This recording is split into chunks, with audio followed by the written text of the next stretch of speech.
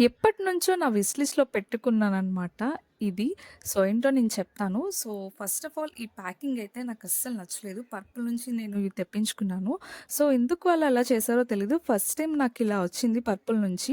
Product అయితే ఎక్కడ leak అవ్వలేదు కానీ అంత బానే వచ్చింది. బట్ విష్ లిస్ట్‌లో పెట్టుకున్న ఈ ప్రొడక్ట్ అయితే సో, నాకు చాలా రోజుల నుంచి వెయిట్ చేసి నేను తీసుకున్న ప్రొడక్ట్ అనమాట.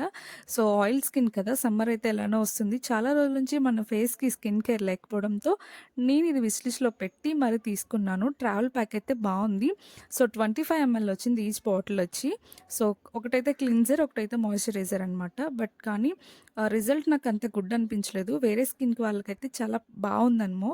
నాకైతే నా స్కిన్ ఇంకా ఆయిలీ అవ్వడం నేను అబ్జర్వ్ చేశాను. నాకైతే పడలేదు. సో, ఎవరైనా సెటఫెల్‌కి లవర్స్ ఉంటే ఐయామ్ రియల్లీ సారీ. సో, ఈ రేజర్స్ అయితే హెడ్ పార్ట్ అండ్ టోల్ కూడా విరిగిపోయింది. నాకు